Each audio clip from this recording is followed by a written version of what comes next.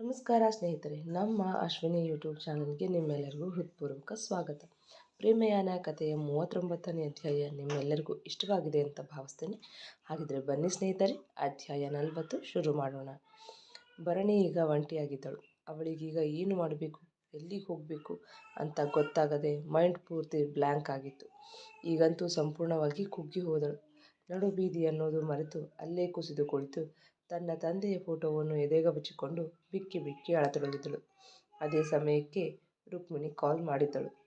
ತನ್ನ ಕಣ್ಣೀರನ್ನು ಒರೆಸಿಕೊಂಡು ಫೋನ್ ನೋಡಿದಾಗ ಪರದೆಯ ಮೇಲೆ ಗೆಳತಿಯ ಹೆಸರು ಕಂಡು ಖುಷಿಯಾದಳು. ಕತ್ತಲಲ್ಲಿರುವವನಿಗೆ ಸಣ್ಣ ಬೆಳಕಿನ ಕಿಡಿಯೂ ಕೂಡ ದೊಡ್ಡ ಆಶಾಕಿರಣದಂತೆ ಕಾಣುತ್ತದಂತೆ. ಹಾಗೆ ಭರಣಿಗೂ ರುಕ್ಮಿಣಿಯ ಕರೆ ಕಂಡಿತ್ತು. ಭರಣಿ ಕಾಲ್ ರಿಸೀವ್ ಮಾಡ್ತಿದ್ದ ಹಾಗೆ "ಹೆಲೋ ಭರಣಿ" ಎಂದಿದ್ದೇ ತಡ ಭರಣಿಯ ದುಃಖದ ಕಟ್ಟೆ ಒಡೆದಿತ್ತು. ಒಂದೇ ಸಮನೆ ಬಿಕ್ಕಿ ಬಿಕ್ಕಿ ಅಳುತ್ತಿದ್ದಳೇ ಹೊರತು ಅವಳ ಗಂಟಲಿನಿಂದ ಒಂದು ಶಬ್ದವೂ ಆಚೆ ಬರಲಿಲ್ಲ. ರುಕ್ಮಿಣಿ ಅವಳ ನೋವು ಅರ್ಥ ಮಾಡಿಕೊಂಡು "ಭರಣಿ, ಅಳಬೇಡ ಪ್ಲೀಸ್, ಮೊದಲು ಅಳೋದು ನಿಲ್ಲಿಸು. ನೋಡು, ನೀನೀಗ ಎಲ್ಲಿದ್ದೀಯಾ ಅಂತ ಹೇಳು, ನಾನು ಅಲ್ಲಿಗೆ ಬರ್ತೀನಿ" ಎಂದರೆ ಭರಣಿ ಬಿಕ್ಕುತ್ತಾ ತಾನಿರುವ ಸ್ಥಳವನ್ನು ಹೇಳಿದಳು. "ಸರಿ, ನಾನು 10 ನಿಮಿಷದಲ್ಲಿ ಅಲ್ಲಿರ್ತೀನಿ, ಸಮಾಧಾನವಾಗಿರು" ಎಂದು ಧೈರ್ಯ ಹೇಳಿ ಕರೆ ಕಟ್ ಮಾಡಿದ 10 ನಿಮಿಷಕ್ಕೆ ಭರಣಿ ಮುಂದೆ ಆಟೋ ಹಿಡಿದು ನಿಂತಿದ್ದಳು. ರುಕ್ಮಿಣಿಯನ್ನು ಕಂಡಿದ್ದೇ ಚಿಕ್ಕ ಮಕ್ಕಳ ಹಾಗೆ ಅವಳನ್ನು ಗಟ್ಟಿಯಾಗಿ ತಬ್ಬಿ ಅತ್ತಳು. ಸ್ವಲ್ಪ ಹೊತ್ತು ಅತ್ತು ಸಮಾಧಾನವಾಗಲಿ ಎಂದು ರುಕ್ಮಿಣಿ ಸುಮ್ಮನೆ ಅವಳ ಬೆನ್ನು ನೇವರಿಸುತ್ತಿದ್ದಳು. ಭರಣಿ ಅತ್ತು ಸ್ವಲ್ಪ ಸಮಾಧಾನವಾದ ಮೇಲೆ ಅವಳನ್ನು ಆಟೋದಲ್ಲಿ ಕೂರಿಸಿಕೊಂಡು ತನ್ನ ಮನೆ ಕಡೆ ಸಾಗಿದಳು. ಭರತ್ಗೆ ಬೆಳಗ್ಗೆಯಿಂದ ಸಮಾಧಾನವೇ ಇರಲಿಲ್ಲ. ಮನಸ್ಸಿಗೆ ಯಾಕೋ ಒಂಥರ ಹಿಂಸೆ ಆಗುತ್ತಿತ್ತು. ಹೊಟ್ಟೆಯಲ್ಲಿ ಹೇಳತೀರದ ಸಂಕಟ. ಈಗಷ್ಟೇ ಸ್ಟಾರ್ಟಪ್ ಶುರು ಮಾಡಿದ್ದ. ಅದರ ಕೆಲಸದಲ್ಲಿ ಹಗಲು ರಾತ್ರಿ ಅನ್ನದೇ ಶ್ರಮ ಪಡುತ್ತಿದ್ದ. ಅವನ ಶ್ರಮಕ್ಕೆ ತಕ್ಕ ಫಲವೆಂಬಂತೆ ಒಂದು ದೊಡ್ಡ ಮೊತ್ತದ ಪ್ರಾಜೆಕ್ಟ್ ಅವನ ಕೈ ಸೇರಿತ್ತು. ಇದರ ಮಧ್ಯೆ ಬೇರೆ ಕಡೆ ಒಂದು ಕಡಿಮೆ ಬಾಡಿಗೆಗೆ ಮನೆಯನ್ನು ಕೂಡ ಹುಡುಕಿ ಅಲ್ಲೇ ತನ್ನ ಗೆಳೆಯರ ಜೊತೆ ಇದ್ದ. ಏಕೆಂದರೆ ಅವನಿಗೆ ತಾನು ತನ್ನ ಸ್ಟಾರ್ಟಪ್ ಶುರು ಮಾಡಿದ್ದ ಆಫೀಸ್ ಹಳೆ ರೂಮಿನಿಂದ ತುಂಬ ದೂರವಾಗುತ್ತಿತ್ತು. ಇದರ ಜೊತೆಗೆ ಬ್ಯಾಂಕ್ ಲೋನ್, ಕೆಲಸದ ಓಡಾಟ, ಹೊಸ ಪ್ರಾಜೆಕ್ಟ್ನ ಸರಿಯಾದ ಸಮಯಕ್ಕೆ ಮುಗಿಸಿಕೊಡುವ ಒತ್ತಡ. ಇಂತಹ ಸಮಯದಲ್ಲಿ ಅವನಿಗೆ ಅರಿಯದ ತಳಮಳ ಕಾಡುತ್ತಿತ್ತು. ಅದು ಯಾಕೆ ಎಂಬುದು ಮಾತ್ರ ತಿಳಿಯುತ್ತಿಲ್ಲ. ಆಫೀಸಿಗೆ ಬಂದ ಭರತ್ಗೆ ಕೆಲಸ ಮಾಡಲು ಆಗುತ್ತಿಲ್ಲ. ಯಾವುದರಲ್ಲೂ ಆಸಕ್ತಿಯಾಗಲಿ ಉತ್ಸಾಹವಾಗಲಿ ಇರಲಿಲ್ಲ. ಇದನ್ನು ಗಮನಿಸಿದ ಪ್ರಶಾಂತ್, "ಭರತ್, ಏನಾಯಿತು" ಎಂದು ಕೇಳಿದರೆ, "ಏನೋ ಗೊತ್ತಿಲ್ಲ ಮಗ, ಒಂಥರ ಸಂಕಟ" ಎನ್ನಲು, "ಒಂಥರ ಸಂಕಟ ಅಂದರೆ ಯಾವ ಥರ" ಎಂದು ಕೇಳಿದಾಗ, "ಅದನ್ನು ಎಕ್ಸ್ಪ್ಲೇನ್ ಮಾಡೋದಕ್ಕಾಗ್ತಿಲ್ಲ" ಎಂದು ಚಡಪಡಿಸಿದ. "ಹಾಗಿದ್ರೆ ನೀನು ಮನೆಗೆ ಹೋಗಿ ರೆಸ್ಟ್ ಮಾಡೋ ಮಗ, ನಾನು ಚರಣ್ ಇಲ್ಲಿ ನೋಡ್ಕೊಳ್ತೀವಿ" ಎಂದರೆ, "ಇಲ್ಲ ಮಗ, ಈಗ ಟೈಮ್ ವೇಸ್ಟ್ ಮಾಡೋ ಹಾಗಿಲ್ಲ. ನಮ್ಮ ಫಸ್ಟ್ ಪ್ರಾಜೆಕ್ಟ್ ಇದು. ಇದನ್ನು ಸರಿಯಾದ ಸಮಯಕ್ಕೆ ಒಳ್ಳೆ ರೀತಿಯಿಂದ ಮುಗಿಸಿದ್ರೆ ಲಾಭದ ಜೊತೆಗೆ ನಮ್ಮ ಸ್ಟಾರ್ಟಪ್ ಕೂಡ ಸ್ಟ್ಯಾಂಡ್ ಆಗುತ್ತೆ. ಇಂಥ ಸಮಯದಲ್ಲಿ ನಾನು ಹೋಗಿ ಮನೇಲಿ ಕೂತ್ರೆ ಹೇಗೆ" ಎನ್ನಲು, "ಮನಸ್ಸು ಸರಿಯಿಲ್ಲ ಅಂದರೆ ಕೆಲಸನಾದರೂ ಹೇಗೆ ಮಾಡ್ತೀಯಾ? ಅದಕ್ಕೆ ಇವತ್ತೊಂದಿನ ರೆಸ್ಟ್ ಮಾಡು. ಈ ಪ್ರಾಜೆಕ್ಟ್ಗಾಗಿ ನಿದ್ದೆಗೆಟ್ಟು ಶ್ರಮ ಪಟ್ಟಿದ್ದೀಯಾ. ಇವತ್ತೊಂದಿನ ರೆಸ್ಟ್ ಮಾಡಿದ್ರೆ ಏನೂ ಆಗಲ್ಲ. ಇದರಿಂದ ನಿನ್ನ ಬಾಡಿ ಮತ್ತು ಮೈಂಡ್ ಎರಡೂ ರಿಲ್ಯಾಕ್ಸ್ ಆಗುತ್ತೆ" ಎಂದರೆ, "ಅದೇನೋ ನಿಜ. ಆದರೆ ಅಲ್ಲಿ ಹೋದರೂ ನನ್ನ ಮನಸ್ಸು ಇಲ್ಲೇ ಇರುತ್ತೆ ಪ್ರಶಾಂತ್. ಒಂದು ಅರ್ಧ ಗಂಟೆ ಪ್ಲೀಸ್ ಯಾರನ್ನೂ ಒಳಗೆ ಬಿಡಬೇಡ. ನಾನು ಸ್ವಲ್ಪ ಹೊತ್ತು ಒಂಟಿಯಾಗಿರಬೇಕು" ಎನ್ನಲು, "ಸರಿ ಮಗ, ಕಾಫಿ ಏನಾದರೂ ತರಿಸ್ಲಾ" ಎಂದು ಕೇಳಿದರೆ, "ಏನೂ ಬೇಡ ಕಣೋ" ಎಂದ ಭರತ್. ಪ್ರಶಾಂತ್ ಹೋಗುತ್ತಿದ್ದ ಹಾಗೆ ಸೀಟಿಯವರೆಗೆ ಕಣ್ಮುಚ್ಚಿದ. ರುಕ್ಮಿಣಿ ಭರಣಿಯನ್ನು ತನ್ನ ಮನೆಗೆ ಕರೆದುಕೊಂಡು ಬಂದಳು. ಒಳಗಡೆ ಬರುತ್ತಿದ್ದ ಹಾಗೆ ರುಕ್ಮಿಣಿ ಅಮ್ಮ ಗೊಂದಲದಲ್ಲಿ ರುಕ್ಮಿಣಿ ಕಡೆ ನೋಡಿದರು. ತನ್ನಮ್ಮನ ಗೊಂದಲದ ನೋಟ ಅರಿತ ರುಕ್ಮಿಣಿ, "ಅಮ್ಮ, ಇವಳು ನನ್ನ ಫ್ರೆಂಡ್ ಭರಣಿ ಅಂತ. ಮಿಕ್ಕಿದ್ದು ಆಮೇಲೆ ಹೇಳ್ತೀನಿ. ಮೊದಲು ತಿನ್ನೋದಕ್ಕೆ ಕುಡಿಯೋದಕ್ಕೆ ತೊಗೊಂಡು ಬಾ" ಎಂದರೆ, ಸರಿ ಎಂದು ಅಡುಗೆ ಮನೆಗೆ ನಡೆದರು ವನಜಾ. "ಬನ್ನಿ ಬಾ, ನನ್ನ ರೂಮಿಗೆ ಹೋಗೋಣ" ಎಂದು ಹೇಳಿ ರೂಮಿಗೆ ಕರೆದುಕೊಂಡು ಬಂದು, "ಭರಣಿ, ನಿಮ್ಮ ಮನೆಯಲ್ಲಿದ್ದಷ್ಟು ಸೌಕರ್ಯ ಇಲ್ಲಿಲ್ಲ. ಚೂರು ಅಡ್ಜಸ್ಟ್ ಮಾಡ್ಕೊ. ಹೋಗು, ಮೊದಲು ಮುಖ ತೊಳೆದು ಬಾ" ಎಂದು ಬಾತ್ರೂಮ್ಗೆ ಕಳುಹಿಸಿದಳು. ಭರಣಿ ಮುಖ ತೊಳೆದು ಬರುವಷ್ಟರಲ್ಲಿ ವನಜಾ ಅವರು ತಟ್ಟೆಗೆ ಪುಳಿಯೋಗರೆ ಹಾಕಿ ಒಂದು ಗ್ಲಾಸ್ ನೀರು ತೆಗೆದುಕೊಂಡು ಬಂದರು. ರುಕ್ಮಿಣಿ ತಟ್ಟೆಯನ್ನು ತೆಗೆದುಕೊಂಡು ಭರಣಿ ಕೈಗೆ ಇಡುತ್ತಾ, "ಭರಣಿ, ನಮ್ಮ ಮನೆ ತಿಂಡಿ ಹಿಡಿಸುತ್ತೋ ಇಲ್ವೋ, ಆದರೂ ಇದನ್ನೇ ತಿನ್ನಬೇಕು, ಬೇರೆ ದಾರಿ ಇಲ್ಲ" ಎಂದಾಗ, ಭರಣಿ ಬೆಳಗ್ಗೆಯಿಂದ ಒಂದು ಲೋಟ ನೀರು ಸಹ ಕುಡಿದಿರಲಿಲ್ಲ. ಹೊಟ್ಟೆ ಚುರುಗುಡುತ್ತಿತ್ತು. ತುಂಬ ಹಸಿವಾಗಿದ್ದರಿಂದ ಸುಮ್ಮನೆ ತಟ್ಟೆ ಪಡೆದು ತಿನ್ನಲು ಶುರು ಮಾಡಿದಳು. ತಟ್ಟೆ ಪೂರ್ತಿ ಖಾಲಿ ಮಾಡಿದ ಮೇಲೆಯೇ ಅವಳಿಗೆ ಸಮಾಧಾನವಾಗಿತ್ತು. "ಈಗ ಹೇಳು ಭರಣಿ, ಏನಾಯಿತು" ಎಂದು ಅಷ್ಟು ಕೇಳಿದ್ದೇ ತಡ ಮತ್ತೆ ಅವಳ ದುಃಖದ ಕಟ್ಟೆ ಒಡೆದು ಬಿಕ್ಕಲು ಶುರು ಮಾಡಿದಳು. "ಭರಣಿ ಪ್ಲೀಸ್, ಮೊದಲು ಅಳೋದು ನಿಲ್ಲಿಸಿ, ಏನಾಯಿತು ಅಂತ ಹೇಳು" ಎಂದು ಕೇಳಲು ಭರಣಿ ಬಿಕ್ಕುತ್ತಲೇ ನಡೆದ ವಿಚಾರ ಹೇಳಿದಳು. ಹಾಗೆ ಶಾಂತಮ್ಮ ಅಂದ ಮಾತುಗಳನ್ನು ಹೇಳಿದವಳಿಗೆ ಇನ್ನಷ್ಟು ದುಃಖ ಉಮ್ಮಳಿಸಿ ಬಂತು. ಸಮಾಧಾನ ಮಾಡ್ಕೊ ಭರಣಿ. ಈಗ ಸದ್ಯದ ಪರಿಸ್ಥಿತಿಲಿ ಭರತ್ ಹತ್ರ ಹೋಗೋದು ಬಿಟ್ಟರೆ ನಿನಗೆ ಬೇರೆ ದಾರಿ ಏನಿದೆ ಎಂದಾಗ, ಇಲ್ಲ, ನಾನು ಯಾವುದೇ ಕಾರಣಕ್ಕೂ ಅವನ ಹತ್ರ ಹೋಗೋದಿಲ್ಲ ಎನ್ನಲು, ಭರಣಿ ಮೊದಲು ನಾನು ಹೇಳೋದನ್ನು ಸಮಾಧಾನವಾಗಿ ಕೇಳು, ಆಮೇಲೆ ನಿನಗೆ ಹೇಗೆ ಸರಿ ಅನಿಸುತ್ತೋ ಹಾಗೆ ಮಾಡು ಎಂದಾಗ ಭರಣಿ ಸುಮ್ಮನಾದಳು. ಶಾಂತಮ್ಮ ಹೇಳಿದ್ದು ಸರಿಯಾಗಿದೆ. ನೀನು ತಾಳಿ ಕಿತ್ತು ಬಿಸಾಕಿದ ಮಾತ್ರಕ್ಕೆ ನಿನ್ನ ಭರತ್ನ ಸಂಬಂಧ ಮುಗೀತು ಅಂದ್ಕೊಂಡಿದ್ದೀಯಾ? ಇಲ್ಲ, ಖಂಡಿತ ಇಲ್ಲ. ನಿನಗೆ ಅವನ ಜೊತೆ ಬಾಳೋದಕ್ಕೆ ಇಷ್ಟ ಇಲ್ಲ ಅಂದರೆ ಬೇಡ.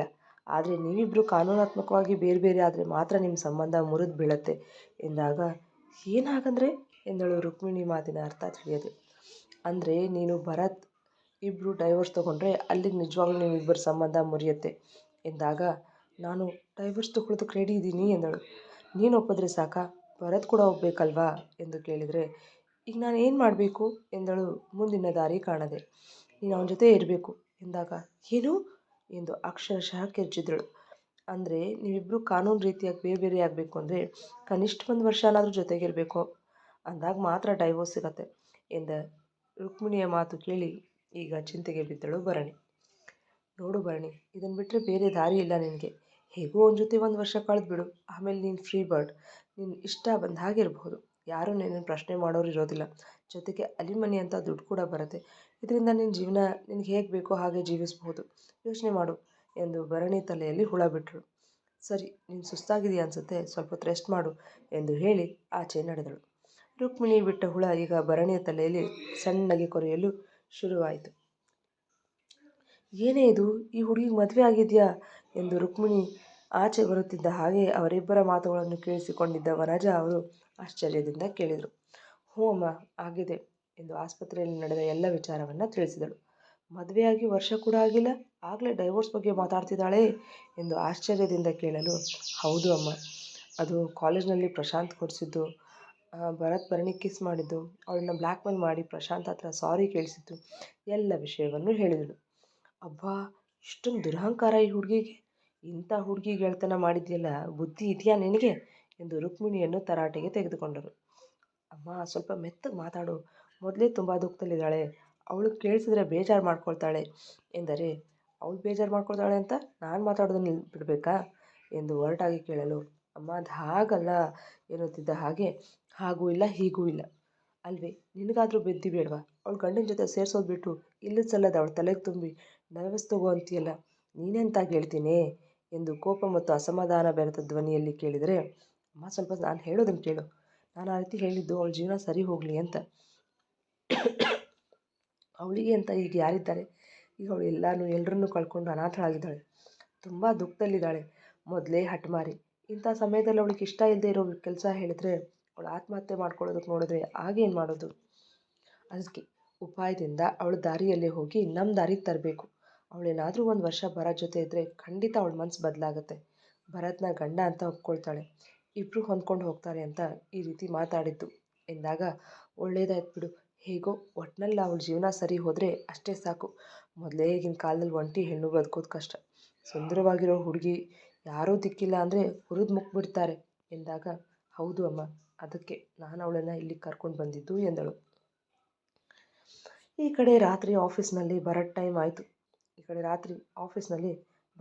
ಆಯಿತು, ಬಾ ಮಗ, ಮನೆಗೆ ಹೋಗೋಣ ಎಂದ ಪ್ರಶಾಂತ್ಗೆ, ನೀವಿಬ್ಬರು ಹೊರಡ್ರು, ಇನ್ನೊಂಚೂರು ಕೆಲಸ ಬಾಕಿ ಇದೆ, ಅದನ್ನು ಮುಗಿಸ್ಬಿಟ್ಟು ಬರ್ತೀನಿ ಎಂದಾಗ, ಲೇ ಮಗ, ನಾಳೆ ಬಂದು ಕೂಡ ಮಾಡಬಹುದು, ಈಗ ಟೈಮ್ ಆಯಿತು, ಬಾ ಹೊರಡೋಣ ಎಂದು ಬಲವಂತ ಮಾಡಿದರೆ, ಇಲ್ಲ ಪ್ರಶಾಂತ್, ನೀವು ಹೊರಡಿ, ನಾನು ಇವತ್ತು ಇದನ್ನು ಕಂಪ್ಲೀಟ್ ಮಾಡಿನೇ ಬರೋದು ಎನ್ನಲು, ಲೇ, ಈ ರೀತಿ ಹಗಲು ರಾತ್ರಿ ಅಂದರೆ ಸರಿಯಾಗಿ ಊಟ ತಿಂಡಿ ನಿದ್ದೆ ಮಾಡದೆ ಬರೀ ಕೆಲಸ ಅಂದರೆ ನಿನ್ನ ಆರೋಗ್ಯದ ಗತಿ ಏನು ಎಂದು ಕೋಪದಿಂದ ಕೇಳಲು, ಇದೊಂದು ಪ್ರಾಜೆಕ್ಟ್ ವರ್ಧನ್ ಕಂಪ್ನಿಯವ್ರಿಗೆ ಇಷ್ಟ ಆದರೆ ನಾವು 50% ಗೆದ್ದಂಗೆ, ನಮ್ಮ ಸ್ಟಾರ್ಟಪ್ ಕ್ಲಿಕ್ ಆಗುತ್ತೆ ಎಂದ ಖುಷಿಯಿಂದ. ಸರಿ ಆಯ್ತು ಬಿಡಪ್ಪ, ನೀನು ಬರದೆ ನಾವಿಬ್ಬರೇ ಹೋಗಿ ಏನು ಮಾಡೋದು, ಒಟ್ಟಿಗೆ ಹೋದರೆ ಆಯಿತು ಎಂದ ಚರಣ್ ಪ್ರಶಾಂತ್ ಕಡೆ ನೋಡಿ, ಬಾರೋ ಪ್ರಶಾಂತ್, ನಾವಿಲ್ಲೇ ಇವನ ಜೊತೆನೇ ಕೆಲಸ ಮಾಡೋಣ ಎಂದಾಗ, ಮಕ್ಕಳ ಡವ್ ಮಾಡಿದ್ದು ಸಾಕು, ಬನ್ನಿ ಹೊರಡೋಣ ಎಂದು ಲ್ಯಾಪ್ಟಾಪ್ ಶಟ್ ಡೌನ್ ಮಾಡಿ ಫೈಲ್ಸ್ ಎಲ್ಲವನ್ನು ಬ್ಯಾಗ್ಗೆ ಹಾಕಿಕೊಂಡ. ಹಾಗೆ ಬಾ ದಾರಿಗೆ, ಬೇಕಿದ್ರೆ ಮನೆಗೆ ಹೋದ್ಮೇಲೂ 3 ಜನ ಕೂತ್ಕೊಂಡು ವರ್ಕ್ ಮಾಡೋಣ, ಈಗ ನಡಿಯಪ್ಪ ನೀನು ಎಂದು ಅವಸರಿಸಿದ ಚರಣ್. ತಮ್ಮ ಆಫೀಸ್ ಕ್ಲೋಸ್ ಮಾಡಿ ಮೂವರು ತಾವಿದ್ದ ಮನೆ ಕಡೆ ಹೊರಟರು. ದಿನಗಳು ಸದ್ದಿಲ್ಲದೆ ಸಾಗಿದ್ದವು. ಭರಣಿ ರುಕ್ಮಿಣಿ ಮನೆಗೆ ಬಂದು 1 ವಾರವೇ ಆಗಿತ್ತು. ತನ್ನ ಮುಂದಿನ ಜೀವನದ ಬಗ್ಗೆ ಯೋಚಿಸಿದಂತೆ ಕಾಣುತ್ತಿರಲಿಲ್ಲ. ವಿಮಲಾ ಅವರಿಗಂತೂ ವನಜಾ ಅವರಿಗಂತೂ ಭರಣಿಗೆ ಊಟ ತಿಂಡಿ ಮಾಡಿ ಹಾಕೋದ್ರಲ್ಲೇ ಸಾಕಾಗಿ ಹೋಗಿತ್ತು. ಏನೇ ತಿಂಡಿ ಮಾಡಿದರೂ ಇದು ನನಗಿಷ್ಟ ಇಲ್ಲ, ಉಪ್ಪು ಜಾಸ್ತಿ ಆಯಿತು, ಸಪ್ಪೆ ಆಯಿತು, ಖಾರ ಜಾಸ್ತಿ ಆಯಿತು, ಇದು ನಾನು ತಿನ್ನೋದೇ ಇಲ್ಲ ಅಂತ ದಿನಾ ಒಂದೊಂದು ರಗಳೆ ತೆಗೆಯುತ್ತಿದ್ದಳು. ಪಾಪ ಭರಣಿಯ ತಪ್ಪಲ್ಲ, ಅವಳು ಬೆಳೆದು ಬಂದ ವಾತಾವರಣವೇ ಹಾಗಿತ್ತು. ಸುಖದ ಸುಪ್ಪತ್ತಿಗೆಯಲ್ಲಿ ಬೆಳೆದ ಹುಡುಗಿ ಏನು ಬೇಕು ಅದು ಕಣ್ಣು ಮುಚ್ಚಿ ಕಣ್ಣು ಬಿಡುವಷ್ಟರಲ್ಲಿ ಅವಳ ಮುಂದಿರುತ್ತಿತ್ತು. ಯಾವುದೇ ಕೊರತೆ ಬಾರದಂತೆ ತುಂಬ ಮುಚ್ಚಟೆಯಿಂದ ಬೆಳೆಸಿದ್ದರ ಪರಿಣಾಮ ಈಗ ಅವಳು ಎಲ್ಲವನ್ನೂ ಕಳೆದುಕೊಂಡರೂ ಅವಳ ಗುಣ ಸ್ವಭಾವದಲ್ಲಿ ಹೆಚ್ಚೇನೂ ಬದಲಾವಣೆ ಆಗಿರಲಿಲ್ಲ. ಇದರಿಂದ ಬೇರೆಯವರಿಗೆ ಎಷ್ಟು ಕಿರಿಕಿರಿಯಾಗಬಹುದು ಎನ್ನುವ ಸಣ್ಣ ಯೋಚನೆಯೂ ಸಹ ಅವಳ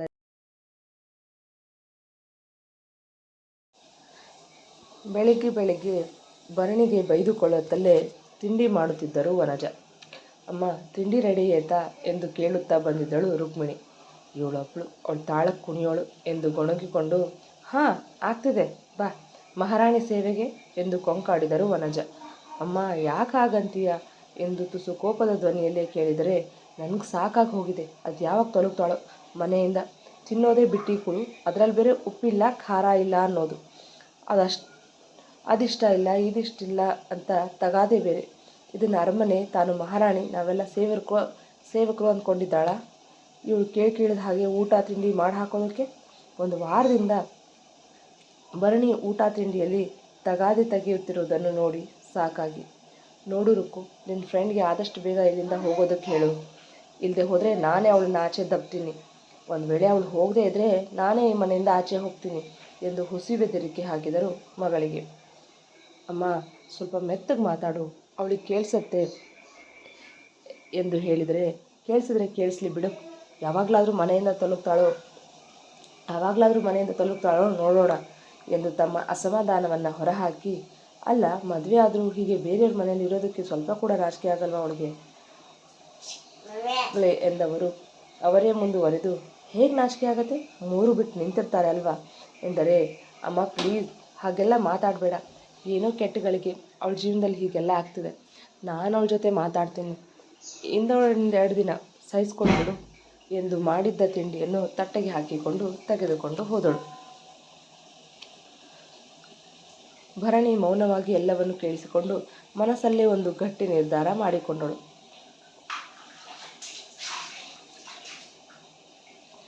ಭರಣಿ, ತಿಂಡಿ ತಗೋ ಎಂದು ಅವಳ ಮುಂದೆ ತಟ್ಟೆ ಹಿಡಿದಳು. ರುಕ್ಕು, ನಾನೊಂದು ತೀರ್ಮಾನಕ್ಕೆ ಬಂದಿದ್ದೀನಿ ಎಂದಳು ಭರಣಿ. ಏನು ತೀರ್ಮಾನ ಭರಣಿ ಎಂದು ಕೇಳಿದಾಗ, ನೀನು ಹೇಳಿದ ಹಾಗೆ ನಾನು ಭರತ್ ಜೊತೆ 1 ವರ್ಷ ಇರೋದಕ್ಕೆ ರೆಡಿ ಇದ್ದೀನಿ ಎನ್ನಲು, ನಿಜವಾಗ್ಲೂ ಇರ್ತೀಯಾ, ನಿನ್ನ ಕೈಯಿಂದ ಇರೋದಕ್ಕಾಗತ್ತಾ ಎಂದು ಕೇಳಿದರೆ, ಇರ್ತೀನಿ ಎಂದಳು ತಲೆ ತಗ್ಗಿಸಿ. ಸರಿ ಹಾಗಿದ್ರೆ ನೀನು ಈ ತಿಂಡಿ ತಿಂದುಬಿಡು, ನಾನು ತಿಂಡಿ ಮಾಡ್ತೀನಿ, ಆಮೇಲೆ ಹೊರಡೋಣ ಎಂದು ರುಕ್ಮಿಣಿ ಖುಷಿಯಿಂದ ಹೇಳಿ ಅಡುಗೆ ಮನೆಗೆ ನಡೆದಳು. ಅಡುಗೆ ಮನೆಗೆ ಬಂದ ರುಕ್ಮಿಣಿ ತನ್ನಮ್ಮನನ್ನು ಹಿಂದಿನಿಂದ ಬಳಸಿ, ಅಮ್ಮ, ಭರಣಿ ಭರತ್ ಜೊತೆ 1 ವರ್ಷ ಇರೋದಕ್ಕೆ ರೆಡಿಯಾಗಿದ್ದಾಳೆ, ಈಗ ತಿಂಡಿ ತಿಂದು ಹೊರಡೋದೆ ಎಂದಾಗ, ಅಬ್ಬಾ ಈಗಲಾದರೂ ನಿನ್ನ ಗೆಳತಿಗೆ ಆ ದೇವ್ರು ಒಳ್ಳೆ ಬುದ್ಧಿ ಕೊಟ್ಟನಲ್ಲ, ಅಷ್ಟೇ ಸಾಕು ಎಂದರು ವನಜಾ ಅವರು ಕೂಡ ಖುಷಿಯಿಂದ. ರುಕ್ಮಿಣಿಯು ತಿಂಡಿ ತಿಂದು ಮುಗಿಸಿ ಭರಣಿ ಲಗೇಜ್ ತೆಗೆದುಕೊಂಡು ಭರತ್ ಇದ್ದ ಮನೆ ಕಡೆ ಹೊರಟರು ಗೆಳತಿಯರಿಬ್ಬರು. ಮುಂದುವರಿಯುವುದು ಕೇಳಿದ್ರಲ್ವಾ ಸ್ನೇಹಿತರೆ, ಪ್ರೇಮಯಾನ ಕಥೆಯ 40ನೇ ಅಧ್ಯಾಯ. ಈ ಸಂಚಿಕೆ ನಿಮಗೆ ಇಷ್ಟವಾಗಿದ್ದರೆ ಒಂದು ಲೈಕ್ ಕೊಡಿ, ನಿಮ್ಮ ಅಭಿಪ್ರಾಯವನ್ನು ಕಮೆಂಟ್ನಲ್ಲಿ ತಿಳಿಸಿ. ಇನ್ನು ಯಾರೆಲ್ಲ ನಮ್ಮ ಚಾನಲ್ನ ಸಬ್ಸ್ಕ್ರೈಬ್ ಮಾಡಿದ್ರು ಪ್ಲೀಸ್ ಸಬ್ಸ್ಕ್ರೈಬ್ ಮಾಡ್ಕೊಳ್ಳಿ, ಹಾಗೆ ಬೆಲ್ ಐಕಾನ್ ಹೋಗೋದನ್ನು ಮರಿಬೇಡಿ. ಈ ಕಥೆ ನಿಮಗೆ ಇಷ್ಟವಾಗುತ್ತಿದ್ದರೆ ಹೆಚ್ಚು ಜನರಿಗೆ ಶೇರ್ ಮಾಡುವ ಮೂಲಕ ನಮ್ಮನ್ನು ಪ್ರೋತ್ಸಾಹಿಸಿ. ಮತ್ತೆ ಮುಂದಿನ ಸಂಚಿಕೆಯಲ್ಲಿ ಭೇಟಿಯಾಗೋಣ. ಧನ್ಯವಾದಗಳು.